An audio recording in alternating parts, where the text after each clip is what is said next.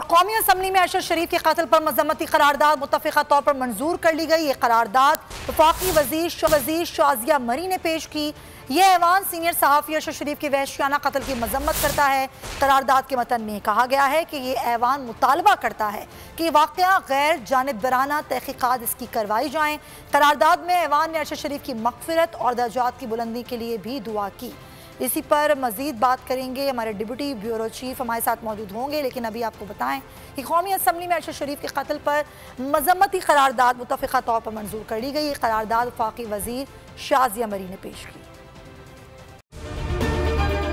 अगर आपको ये वीडियो पसंद आई है तो हमारे चैनल को सब्सक्राइब करें और बेल आइकन पर क्लिक करें। एक बार फिर नंबर 1 बोल न्यूज ने एक बार फिर सारे रिकॉर्ड तोड़ दिए। 8 दिन के अंदर अंदर लॉन्ग मार्च का ऐलान हो जाएगा। इलेक्शन पे तवज्जो करते हैं और इसके बाद जो है हम इसको निपटेंगे। बोल का प्रोग्राम नेशनल डिबेट 11 बजे की स्लॉट में सबसे ज्यादा देखा गया। बंद गली में तो नहीं फंस गए हैं कि फाइनल कॉल की अनाउंसमेंट ही नहीं होके दे रही। वो बंद गली पहुंचते पहुंचते वजीर आज़म की कुर्सी तक पहुंच गए। 68% सार्फिन ने सिर्फ बोल देखने का इंतखाब किया क्योंकि बोल है नंबर 1।